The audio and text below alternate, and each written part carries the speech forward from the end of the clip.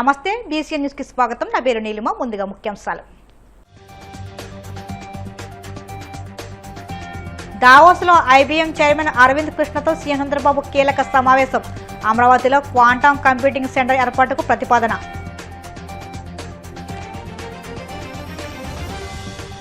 శ్రీకాకుళంలో ఐసీడీఎస్ పరిధి అధికారులు సిబ్బందితో మంత్రి గుమ్మడి సంధ్యారాణి సమీక్ష. గిరిజన ప్రాంతాల్లో మౌలిక వసతుల కల్పనే ప్రభుత్వ ధ్యేయమని స్పష్టం.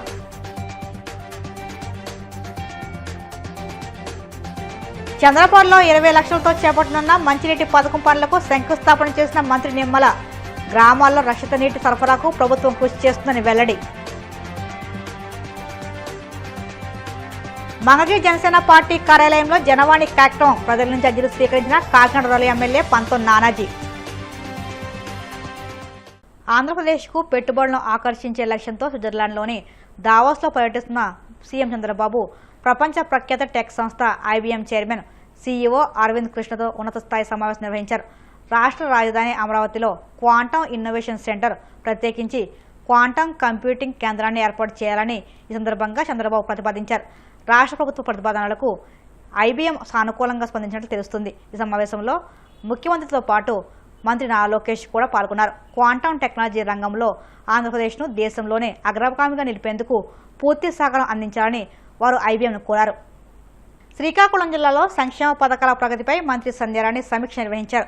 గిరిజన ప్రాంతాల్లో కార్యక్రమాల అమలుపై అధికారులకు మంత్రి పలు సూచనలు చేశారు. అంగన్వాడీ కేంద్రాలు, పోషణ కార్యక్రమాల పనితీరును పరిశీలించిన మంత్రి అర్హులైన ప్రతి ఒక్కరికి ప్రభుత్వ పథకాలు లబ్ధి అందేలా చూడాలని అధికారులను ఆదేశించారు. క్షేత్రస్థాయిలో సమస్యలు గుర్తించి పరిష్కారానికి చర్యలు తీసుకోవాలని సూచించారు.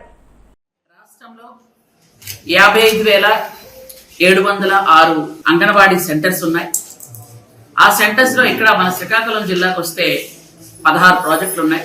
మొత్తం రాష్ట్రంలో ఉన్నటువంటి అంగన్వాడీ సెంటర్స్ అందరికీ కూడా ఈ మధ్య కాలంలో అక్కడ త్రాగడానికి నీరు కానీ, టాయిలెట్స్ కానీ అన్ని విధాలుగా కుటుంబ ప్రభుత్వం ఆధ్వర్యంలో చంద్రబాబు నాయుడు గారు సమకూర్చడం అనేది చాలా అద్భుతమైన విషయం. అట్లాంటి చిన్నారుల్ని పూర్తిగా భరోసా ఇచ్చి నమ్మకంతో మా అంగన్వాడీ సెంటర్లకు పంపిస్తున్నటువంటి తల్లిదండ్రులందరి నమ్మకాన్ని మేము ఒమ్ము చేయకుండా వాళ్ళని జాగ్రత్తగా చూసుకుంటూ వాళ్ళకి పౌష్టికాహారం ఇస్తూ వాళ్ళకి ఆడుకోవడానికి కూడా మేము ఈ మధ్యకాలంలో టాయ్స్ కూడా ఇవ్వడం జరిగింది. అలాగే వాళ్ళకి కూర్చోడానికి చిన్న చిన్న కుర్చీలు. ఇంకా మన శ్రీకాకుళం జిల్లాలోనే 850 ఆర్వో ప్లాంట్స్ ప్లస్ టాయిలెట్స్ కూడా ఇవ్వడం జరిగింది. త్రాగడానికి నీళ్లు, టాయిలెట్స్ ఒక్క శ్రీకాకుళం జిల్లా. రాష్ట్రం మొత్తం మీద ఎన్ని ఇచ్చారనేది మీరు అంచనా వేసుకోవచ్చు. ప్రతి జిల్లాకు కూడా ఇచ్చుకుంటూ వెళ్తున్నాం. ఏ జిల్లాలో కూడా అంగన్వాడీ సెంటర్స్ ముందుకు చిన్న పిల్లలకి భవిష్యత్తుకు పునాది. అంగన్వాడీ సెంటర్స్ లో పిల్లలు విద్యతో పాటు విజ్ఞానంతో పాటు శుభ్రత కూడా నేర్చుకోవాలనే ఉద్దేశంతోనే ముస్తాబ్ అనే కార్యక్రమాన్ని పెట్టి ఆ కార్యక్రమాన్ని పూర్తి స్థాయిలో రాష్ట్రం మొత్తం మీద కూడా ఆ కార్యక్రమాన్ని పెట్టడానికి కారణం ఏంటంటే పిల్లలు శుభ్రంగా ఉండాలనే ఉద్దేశంతో. కాబట్టి అంగన్వాడీ సెంటర్స్ లో టీవీలు ఇవ్వడం కూడా జరుగుతుంది. చాలా యాప్లు ఉంటాయి. యాప్లన్నీ తగ్గించి అంగన్వాడీ టీచర్ల సౌలభ్యం కోసం 1-2 యాప్లనే ఉంచాం. అవి కూడా టీచర్స్ కి ఈరోజు స్మార్ట్ ఫోన్స్ ఇచ్చి అందరు టీచర్లకి స్మార్ట్ ఫోన్లు ఇవ్వడం కూడా జరిగింది. అలా ఆ స్మార్ట్ ఫోన్స్ తో వాళ్ళు చేసినటువంటి పనిని సెంటర్స్ లో ఉన్నటువంటి పని అంతా కూడా హెడ్ ఆఫీస్ పంపించడం కూడా జరుగుతుంది. కాబట్టి అది కూడా టీచర్స్ అందరికి ఇవ్వడం జరిగింది. అలాగే 5,000 మినీ అంగన్వాడీల్ని మెయిన్ అంగన్వాడీలుగా మార్చడం జరిగింది. అక్కడ ఉన్నటువంటి మినీస్ అందరికీ కూడా టీచర్లుగా ప్రమోట్ చేసాం. అక్కడ 5,000 ఆయాలను కూడా అతి త్వరలో మేము తీయడం కూడా జరుగుతుంది. ఇంకా 2,000 మినీ అంగన్వాడీస్ కూడా ఉన్నాయి. అవి వాళ్ళలో చాలా మంది 10th క్లాస్ పాస్ అవ్వలేదని 1 సంవత్సరం వాళ్ళకి టైం ఇచ్చాం. ఎందుకంటే వాళ్ళు చాలా సంవత్సరాలుగా అక్కడ పనిచేస్తూ ఉన్నారు కాబట్టి, వాళ్ళకి అన్ని సంవత్సరాల నుంచి పనిచేస్తారు కాబట్టి వాళ్ళ కష్టానికి విలువ ఇవ్వాలని 1 సంవత్సరం ఆపాలి. ఈ సంవత్సరంలో వాళ్ళు 10th క్లాస్ పాస్ అయితే వాళ్ళకు కూడా టీచర్లుగా ప్రమోట్ చేసి అక్కడ కూడా ఆయాలను తీయడం అవుతుంది.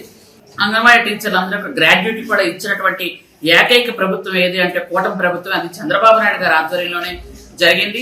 మనకున్నటువంటి దాదాపు 1,50,000 మంది మొత్తం స్టాఫ్ ఉన్నారు ఉమెన్ అండ్ చైల్డ్ వెల్ఫేర్ లో. వీళ్ళందరికీ కూడా అన్ని రకాలుగా ఏ ఇబ్బందులు లేకుండా ప్రభుత్వం అన్ని విధాలుగా దృష్టి పెట్టడం జరుగుతుంది.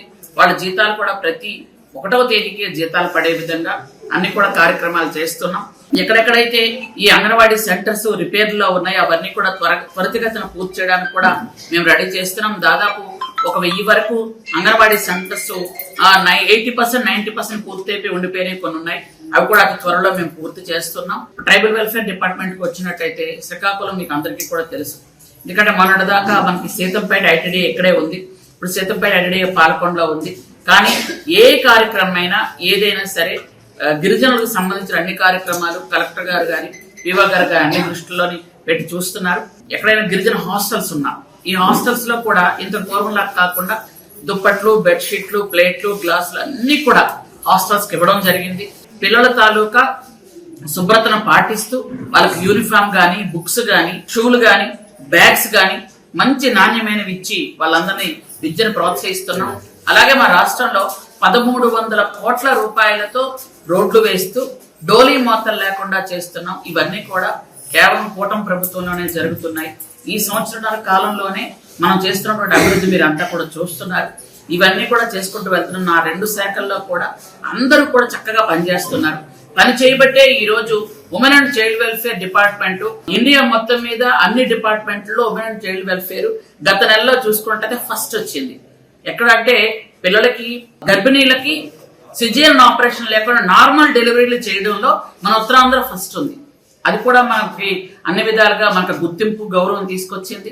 అలాగే అందరూ చక్కగా పనిచేస్తున్నారు. కాబట్టి ఇంకా డోలీ మూతలు తగ్గించడానికి రోడ్లు వేస్తున్నామని మీకు ముందే చెప్పాను. ఈ సంవత్సరంలో కూడా మిగిలిన రోడ్లన్నీ మొత్తం వేసి, ఎందుకంటే ఈ రోడ్లకి గౌరవనీయులు ఉప ముఖ్యమంత్రి గారు పవన్ కళ్యాణ్ గారు కూడా అన్ని విధాలుగా సహకరిస్తున్నారు. ఎన్ఆర్జీఎస్ లో రోడ్స్ ఇచ్చి అన్ని విధాలుగా చేస్తున్నారు. కాబట్టి ఆ రోడ్లు కూడా పూర్తి చేస్తాం. ఈ సంవత్సరంలో ఎక్కువ డోలీ మోతలు లేకుండా డోలీ రోడ్స్ అన్ని పూర్తి చేయాలని దృష్టితో ముఖ్యమంత్రి గారు ముందుకు వెళ్తున్నారు. అలాగే డిప్యూటీ సీఎం గారు కూడా పూర్తి స్థాయిలో ముందుకు తీసుకెళ్తున్నారు.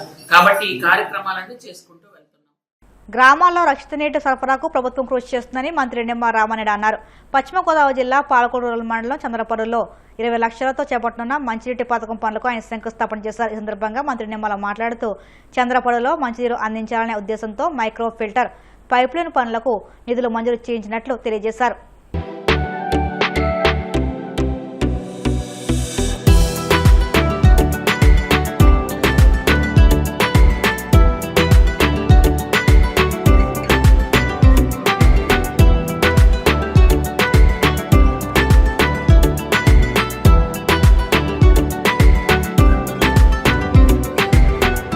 చందపర్రు, ఆగర్రు, ఆగర్తిపాలెం, గోరింతాడ, సకం చెరువు, వెలివేల ఇవన్నీ కూడా మా సిస్టర్ గ్రామాలు లాంటివని నేను కూడా ఎప్పుడు చెప్తూ ఉంటాను. ఎందుకంటే ఒక ఆగర్తిపాలెం గ్రామవాసిగా ఈ గ్రామాలన్నిటి కూడా నాకు మంచి సుపరిచితం. ఈ గ్రామాల మీదే ప్రతిరోజు నేను సైకిల్ మీద, మోటార్ సైకిల్ మీద తిరిగినటువంటి వ్యక్తులు. అంచేత ఈ గ్రామాలన్నీ కూడా మంచి అనుబంధం ఉంది. అందుచేత ఈ గ్రామాలను కూడా ఒక స్పెషల్ కేర్ తీసుకుని డెవలప్ చేస్తూ ఉంది.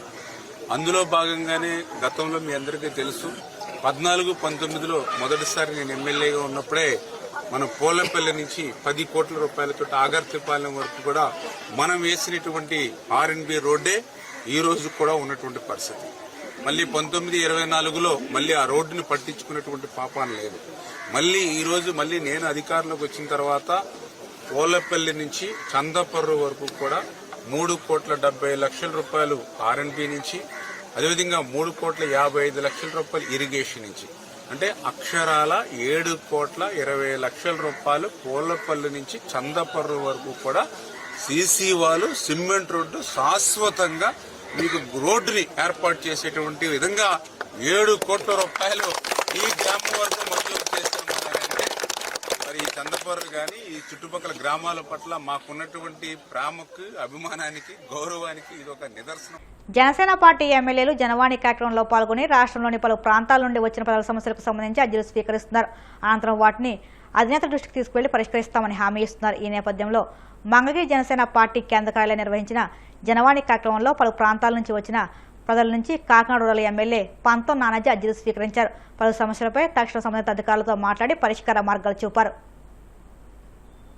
కాకినాడ రూరల్ మండలం పెనుమత్తిలోని శ్రీ కిరణ్ కంటి ఆసుపత్రిలో కోస్తాంధ్రలోనే మొట్టమొదటిసారిగా చిన్నపిల్లల కంటి సంరక్షణ కోసం నిర్మించిన ప్రత్యేక నూతన భవనాన్ని ప్రభుత్వ సాంస్కృతిక సలహాదారులు బ్రహ్మశ్రీ చాగంటి కోటేశ్వరరావు ప్రారంభించారు. ఈ సందర్భంగా ఆయన మాట్లాడుతూ సాధారణంగా పిల్లలు కంటి ఇబ్బందులు తమంతట తాము చెప్పుకోలేరని, తల్లిదండ్రులు వైద్యులు సకాలంలో స్పందించి వారిని కంటి వైద్యుని వద్దకు తీసుకెళ్లాలని సూచించారు. నిజాయితీ నిబద్ధతతో కూడిన సేవతో పిల్లల దృష్టి కాపాడుతూ తల్లులకు పాలిచ్చే గది, ఆట స్థలం, పిల్లలు భయపడకుండా బొమ్మల గదితో కూడిన అధునాతన ప్రత్యేక కంటి ఆసుపత్రి భవనం నిర్మించడం చాలా అభినందనీయమన్నారు. సంస్థ వ్యవస్థాపకులు పద్మశ్రీ డాక్టర్ చంద్రశేఖర్ మాట్లాడుతూ గత 37 సంవత్సరాలుగా చేస్తున్న సేవ వెలకట్లేనిదని, ఈ భవన ప్రారంభోత్సవానికి తాను ఎన్నుకోవడం తనకు దక్కిన గొప్ప పురస్కారమని పేర్కొన్నారు. ఈరోజు ఇక్కడ సంఘసేవకి ప్రఖ్యాతి వహించినటువంటి కిరణ్ కంటి ఆసుపత్రి ప్రాంగణంలో కేవలం పిల్లలకి దృష్టి సంబంధమైనటువంటి రుగ్మతలు వస్తే నివారించడం కోసం చాలా విశాలంగా అన్ని వసతులతోటి ఏర్పాటు చేసిన భవన ప్రారంభోత్సవ కార్యక్రమానికి రాగలగడం నా అదృష్ట విశేషం. మన దేశంలో ప్రత్యేకించి పిల్లలకి చిన్నతనంలో వచ్చే నేత్ర సంబంధమైన రుగ్మతలు ఏమాత్రమైన ఆలస్యం చేసినా, ఆ విషయంలో తగిన జాగ్రత్త ప్రదర్శించకపోయినా వాళ్ళ భవిష్యత్ అంతా కూడా ప్రశ్నార్థకమయ్యే అవకాశం ఉంటుంది. పిల్లలు ఏదైనా సరిగ్గా కనపట్టలేదు అన్నప్పుడు ఇవాళ కంటి వైద్యం చాలా ఖరీదు అన్న ఉద్దేశ్యంతో పిల్లల్ని తీసుకెళ్ళడానికి వెనకాడవలసిన అవసరం లేకుండా అన్ని పరీక్షలు ఉచితంగా నిర్వహించి ఆ పిల్లల యొక్క దృష్టిని కాపాడాలన్న పవిత్రమైన ఉద్దేశ్యంతో ఇవాళ డాక్టర్ చంద్రశేఖర్ గారు ఇంత గొప్ప భవనాన్ని నిర్మాణం చేసి పిల్లల యొక్క క్షేమం కోసమే ప్రయత్నం చేస్తున్నారు. అమ్మ అన్నం వండి పెట్టగలదు, కానీ ఆకలి వేస్తే తినడం మన వంతు. ఆయన ఉచితంగా పిల్లలకి అంత గొప్ప వైద్యం అందించాలని తాపత్రయపడి అంత భవనాన్ని నిర్మాణం చేసి సమర్థులైన వైద్యులు దాని కొరకు సిద్ధంగా ఉన్నప్పుడు తల్లిదండ్రులందరూ కూడా దాని ప్రాధాన్యత, అవసరం తెలుసుకుని ఒక్కసారి పిల్లల్ని ఓ ఏడాదికో 2 ఏళ్లకోసారి పరీక్ష చేయిస్తుంటే ముందే కంటి సంబంధమైన రుగ్మత ఏదైనా ఉంటే నివారించుకుని పిల్లల భవిష్యత్తు వృద్ధిలోకి వచ్చేటట్టుగా చూసుకోవడానికి అవకాశం ఉంటుంది. దీన్ని అందరూ సద్వినియోగం చేసుకుంటే ఆయన లక్ష్యం నెరవేరుతుంది. దానివల్ల ఆయన ఎంతో సంతోషించడానికి కారణమవుతుంది.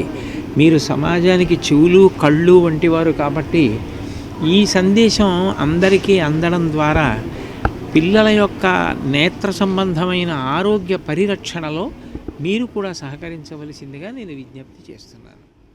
ఈరోజు చాలా శుభదినం అండి. 35 సంవత్సరాలుగా అనుకుంటున్నది ఈరోజు నెరవేరింది. చిన్నపిల్లలకి ప్రత్యేకంగా కంటి వైద్యం అందించాలని మా తాపత్రయం. ఇన్ని సంవత్సరాలు కూడా పెద్దవాళ్ళకి చేసాం, కానీ చిన్నపిల్లలకి ఎక్కువ చేయలేకపోయాం అన్నమాట. సమాజంలో ఎంతోమంది పిల్లలు ఉంటారు, మూలమూలు ఉంటారు. వాళ్ళందరినీ కూడా వెతికి ఎక్కడెక్కడున్నారో చూసి, వాళ్ళు రాకపోయినా మేమే వెళ్ళి వాళ్ళ దగ్గరికి కంటి శిబిరాలు నిర్వహించి వాళ్ళందరినీ కూడా గుర్తించి ఎవరికైతే కంటి సమస్యలు అవసరం ఉంటాయో వాళ్ళకి సహాయం చేయాలని మా కోరిక. ఈ సంవత్సరం కనీసం 1,00,000 మంది పిల్లల్ని చూడాలని మా ప్లాను. ఈ సంవత్సరమే కాదు, రాబోయే సంవత్సరాల్లో కూడా కనీసం 2-3 సంవత్సరాలు అలాగ చేస్తే చిన్నపిల్లల వైద్యంలో మనం ముందుంటాము. చిన్నపిల్లలకి చిన్నప్పుడే మనం చాలా సమస్యలు నివారిస్తే పెద్ద అయిన తర్వాత పెద్ద సమస్యలు అవ్వవు. కొన్ని పెద్ద అయిన తర్వాత కూడా మనం ఏమీ చేయలేము. అందుకని ఇది అందరూ గుర్తుంచుకొని, ముఖ్యంగా సార్ గారు చెప్పినట్టుగా మీ మీడియా ద్వారా, తర్వాత పేషెంట్స్కి, పిల్లలకి, టీచర్లకి అందరికీ కూడా ఈ సమాచారం వెళ్ళాలి. పిల్లలందరికీ ప్రత్యేకంగా దృష్టి పరీక్ష చేయించాలని మేము ఇక్కడ ఉన్నాం కాబట్టి వచ్చి చూపించుకోవచ్చు. ఎక్కడికో వెళ్ళాలని అవసరం లేదు. కాకినాడలోనే ఈ సౌకర్యం అందరికీ ఉందని అందరూ గ్రహించుకుంటారని నేను ఆశిస్తున్నాను. నాకు అవకాశం మీ అందరికీ కూడా నమస్కారాలు, ధన్యవాదాలు. ఫ్రీ అండి. ఇప్పుడు కాసేపు ప్రకటనలు.